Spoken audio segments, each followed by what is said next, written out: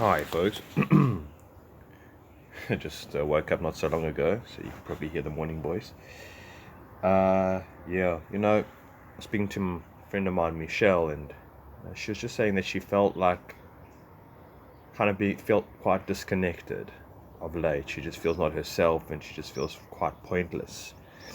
And you know, somewhat. I don't know if it was. She didn't use the word depressed, but she sort of used the word meh. I just feel like just apathetic in a way. Like, what's the difference, anyways? And so I said to her, that's the thing about like living in this world, in this narrative that you can't get out of. I mean, there's a U2 song called "Stuck in a Moment" that you can't get out of, and it's almost like that. It's like stuck in a narrative that you can't get out of, stuck in an energy bubble that you can't get out of, stuck in a reality tunnel that you can't get out of. And it's just it weighs heavy on the mind, body, and soul. There's no question about it. Well, for some people, for others not so much. For some others, they thrive with it. In fact, I think in some kind of way or another. And so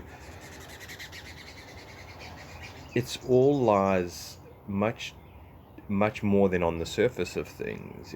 That's the trickery and the illusion of this world is you think what you see is what you get, right?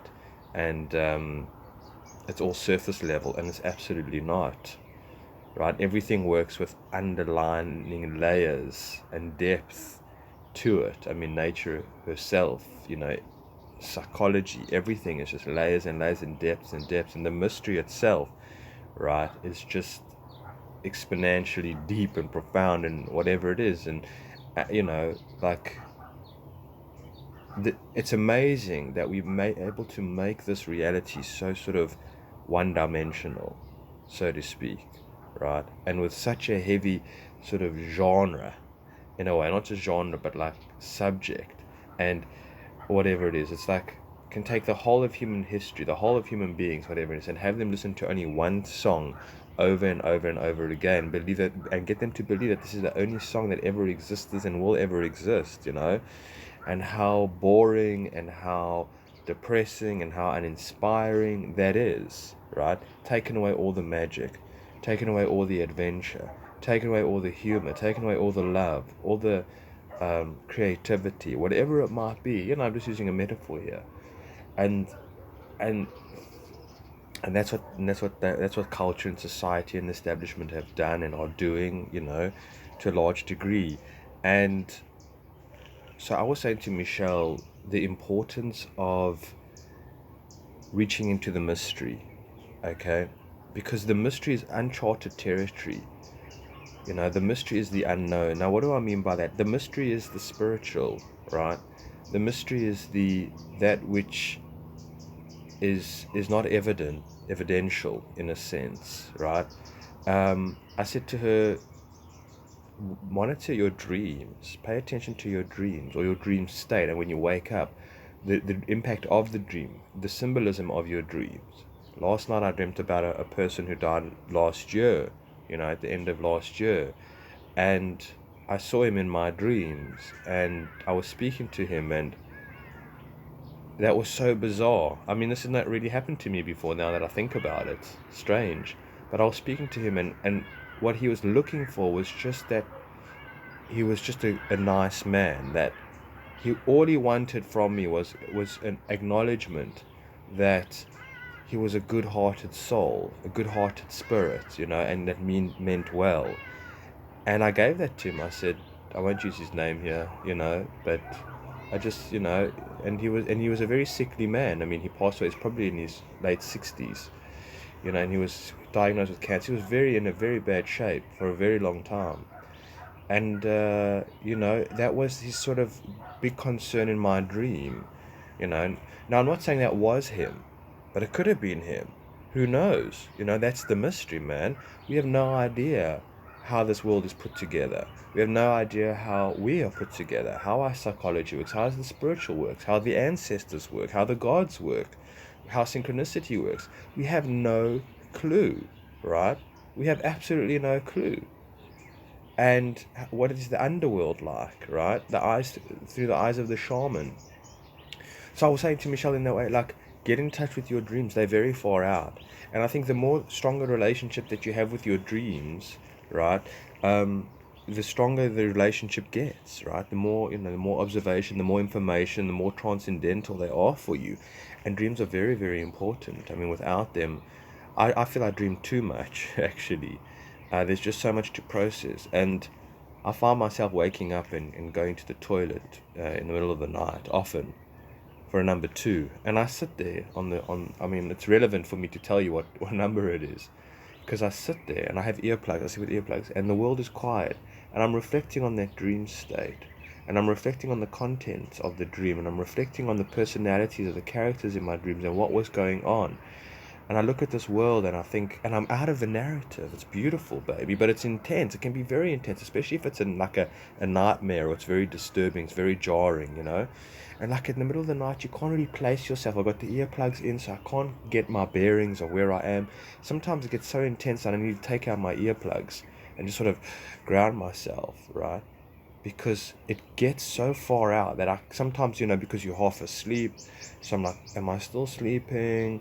Could I fall asleep on the toilet? Like, and you're just groggy, and like this world is meshed between the dream state, and you're sort of flinging your limbs, to try and move yourself and get yourself off the toilet or whatever it is, and I'm just sitting there in like contemplation. And if I didn't have that, in that time of the evening when I wake up, it's kind of all gone. Not all gone, but like 90% of the dream state, that sensation is gone, right? And so it's not necessarily about the dream state per se, but it's about that cleansing, or that sort of connecting with the mystery, again, the unknown. It's like, what's going on here?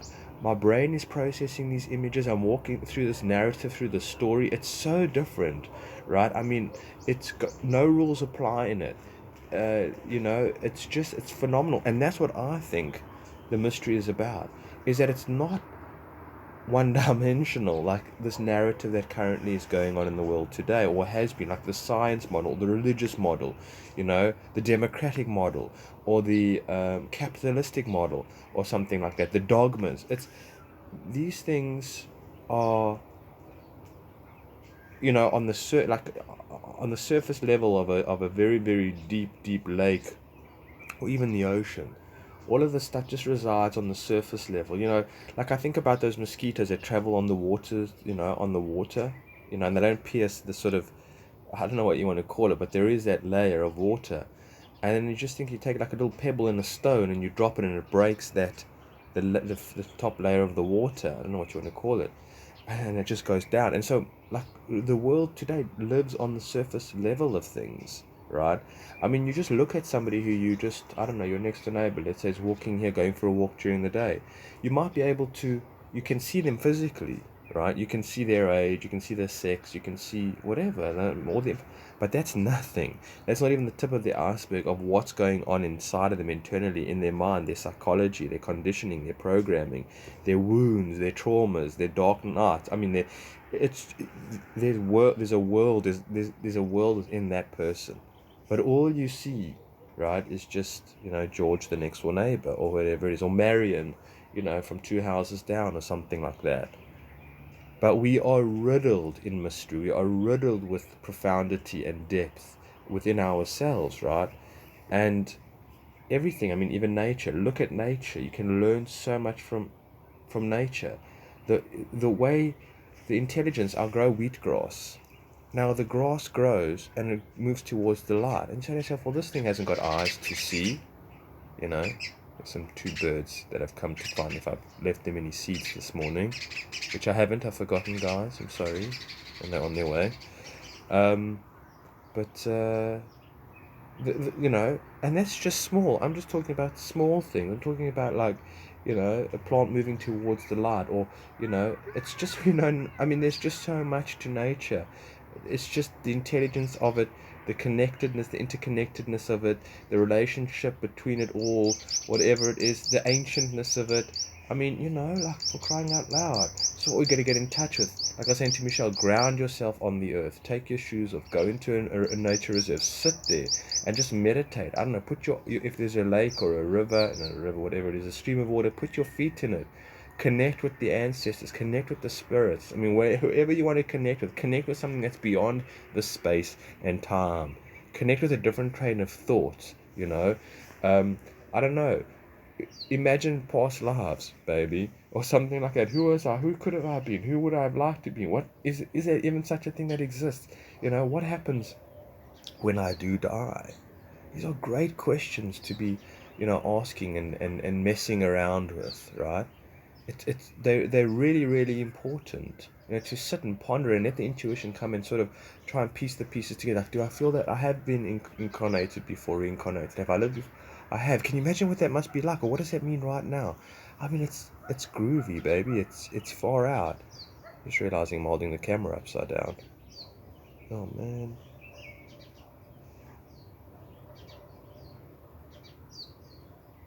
Yeah, I'm holding the camera upside down. I have to turn it around. Damn it. Oh, what a mission. Sorry, folks. It's besides the point.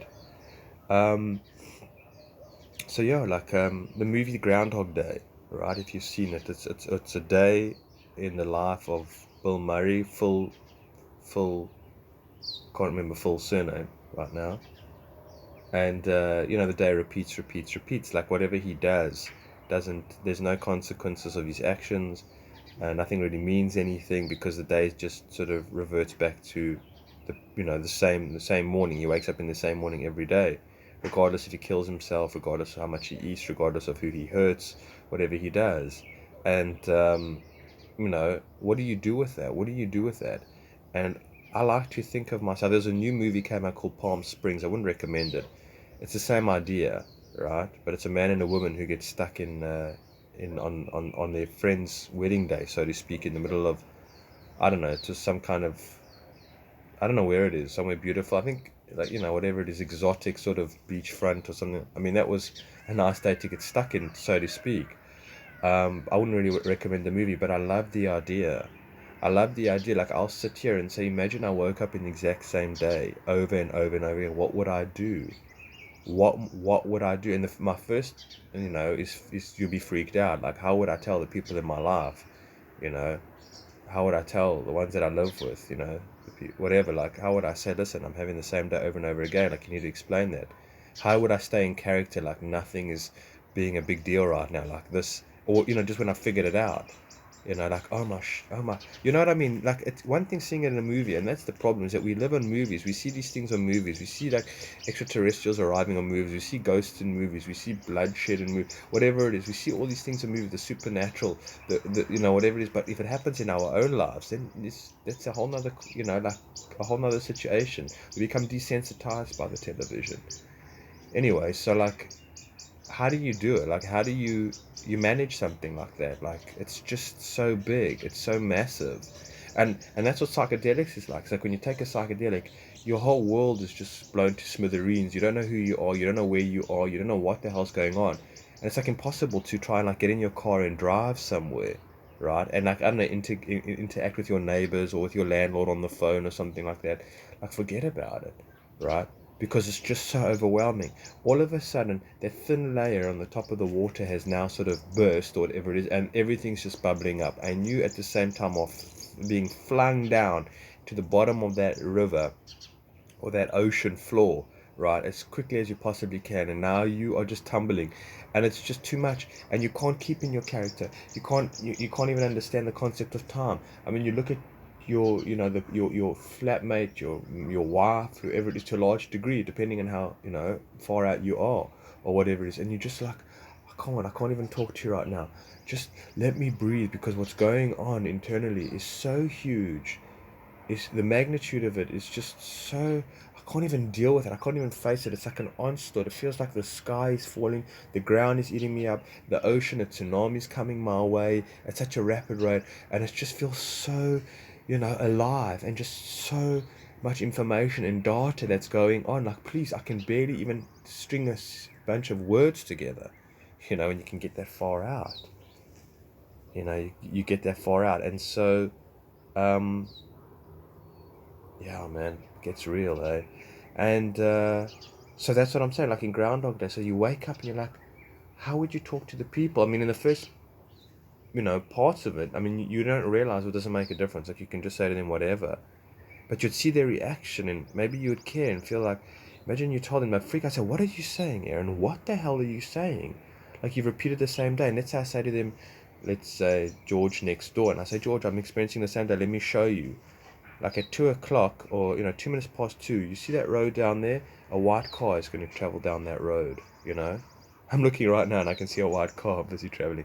Whatever it is. And then after that's going to be a black car. Then after that's going to be a blue car. And after that, whatever it is, it's going to be a motorcycle. And it's just, I predicted. And he'll be like, oh, yeah, that's fine. You set that up, I mean, or something like that. But okay, I don't know. I'm walking in the street, and I come across, a lady's walking past me, and I say, isn't your name Janet? She says, no, it's Maria.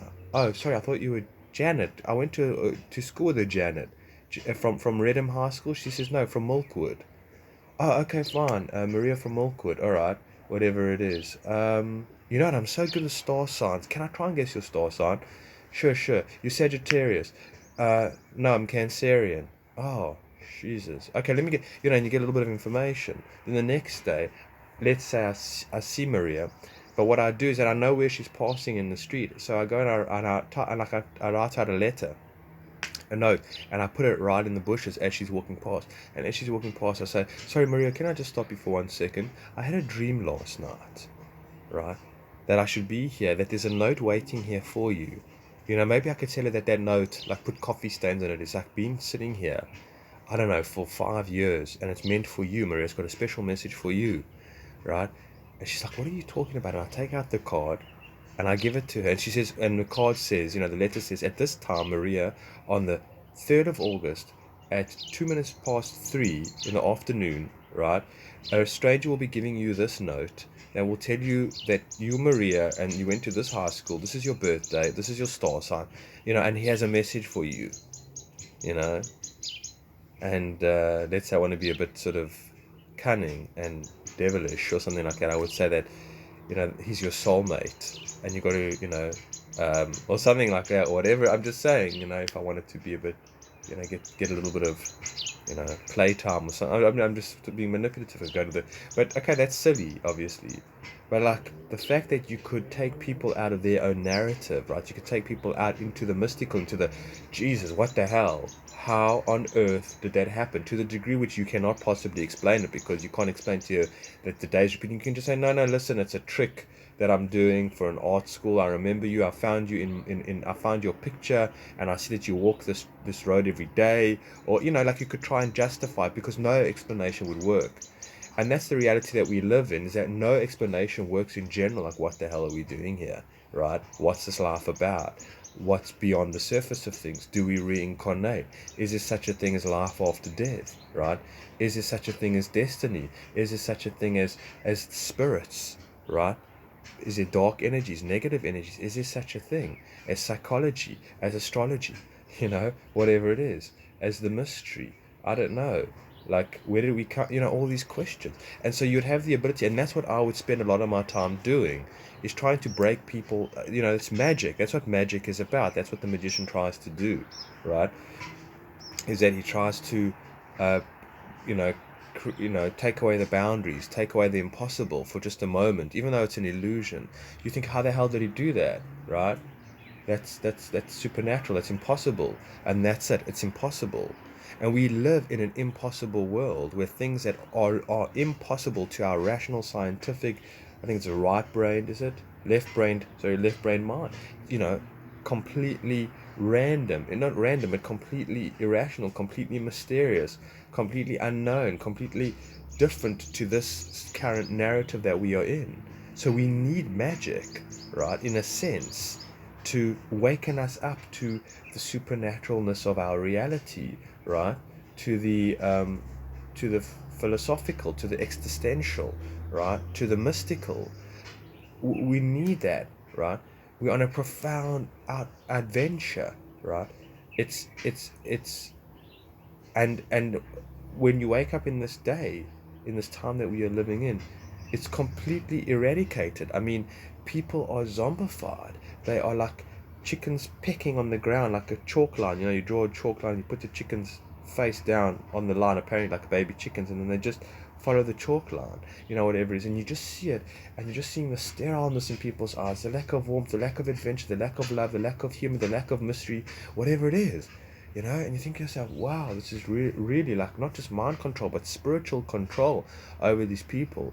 They need to get in touch with the supernatural, right? They need to get in touch with the mystical. They need to get in touch with the inner world of what's going on, or whatever it is, the magic, the mystery, the Maya, right?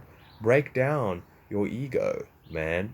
Break down your personality, the perception that you have of yourself, the image that you have of yourself. Break down your religions, your dogmas, or whatever it is, Turn it all off, baby. Throw it all away. I mean, gently, slowly, whatever it is. But rebirth, be initiated. But not initiated into this so-called, NWO story that's going on, right? Don't be initiated into this whole ritual thing that's going on right now. Being initiated into the mystery, into the unknown. Like Truman, face your darkest of fears, right?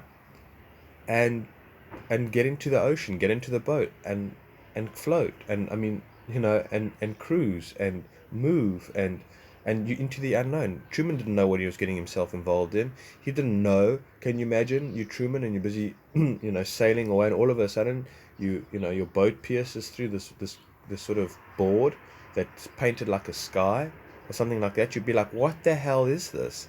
What is going on here? Where did this come from? What lies beyond this? And what I'm saying is that that's what we need to be doing. We need to be living in that kind of energy, in that kind of experience every single day. Because if we're not, then we're stuck in the Truman Show. If we're not living through the eyes, of the shaman, right? If we're not living within the mystery and within the physical, the metaphysical and the physical at the same time, right? Then we will be conditioned and we'll be hardwired into the material, right?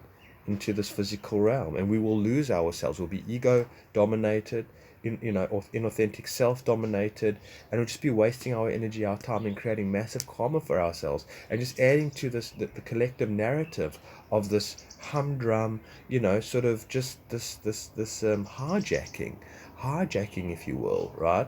Of human consciousness and of spirit and of free choice, right? And that's it. And so for a lot of us, it's so hard often to break away. Even like, I don't know, take some time off, disconnect from the internet, right? Go into nature for 2-3 days, go camping by yourself, take a hike if you can for a day or two or something. It's enough time so you can sort of just refresh yourself, get away from modernity, suburbia, whatever it is, the narrative, switch it all off. Leave it all behind just for some short time and go out and meditate, go out and get in touch, go out and take psychedelics, smoke some Mary Jane, dance near the fire, whatever it is, drum, whatever, chant, just something, either get out of just the sort of rhythm of sitting at the desk and looking at the laptop, or sitting and watching the TV or on the phone or something like that, or even getting up and going to the grocery store. Get out, go into nature, get naked, man. Just get butt naked, full moon, and howl or something like that, and ground yourself in the natural spirit, of consciousness, of that kind of energy, of the spacefulness, I don't know, the expansiveness of it, the boundlessness of it, the timelessness of it, right? Then return back, which is very hard to do. But that's what we need to be doing, to stay in touch with the mystery, right? The mystical, and not be afraid of it, and understand, yes, it's uncharted territory for each one of us. Will I lose my mind? How deep does it go? Well, you that's what you're here to explore, right? That's what you're here to do. That's what you're here to you know to do the work. And without that spirit, without the mystery, without the depth of its layers, without its unfamiliarity, geez, man, there's just no point in living. We need the mystery, right? We need that refresher. We need that space at night in our dreams where this narrative fades away, time, space, and whatever it is. Because eventually, when we pass on from this world, right, we need to be prepared for the sort of the absolute unexpected, in a sense, right? But we can expect it. We can intuitively feel it. We can get connected with it. We can, right? And that also helps us, meditate on your own death, man. Meditate on your own death and your life after death and what that's like. But I'm saying how mysterious that is and how completely different that is to this reality. Imagine that, dream on it, right? So it helps. I mean, imagination is so powerful, so it helps us connect and not forget, how ancient we may be in soul and spirit. Really, how ancient and old we may be, and how many lifetimes we've lived, or whatever it is, and how great our journey is here, right? And how profound it is, and how meaningful it is, right? And how significant it is, and how sacred it is. You're not just George who goes to the office, who has to wear a mask, who has to social distance, who has to roll up his sleeve, who has to, you know, be face ID'd or something. I mean, who knows what's coming? That's what they're trying to do, trying to make us into homogenize us all the same, be part of the team, play your part, or whatever it is. You don't really exist in a sense, or whatever. This is what you'll be told to do. This is how you'll fall in line. This is what they want. This is what they need you to be, right? They want you to be soulless. They want you to be adventurous. They want you to be humorless, whatever it is, joyousness. They want to sap you of all your energy and turn you into sort of a mannequin, right? In a way, a moving part mannequin, and that's it. Doesn't think, feel, dream, nothing. No aspirations, nothing. I mean, whatever. That's what they want. So they can control you, and you can just get in line. And you just don't want that. You just don't want to be a part of that whatsoever. You know. It's not it's oh geez, it's hell. It's absolute hell. So again, why the mystery matters, why the mystical, why the metaphysical matters, and how important it is to imagine, practice, and go into and explore the unknown, right? And the impossible in a way, and the magical. How important that is for one's own soul survival. All right, folks. We'll chat soon. Take care.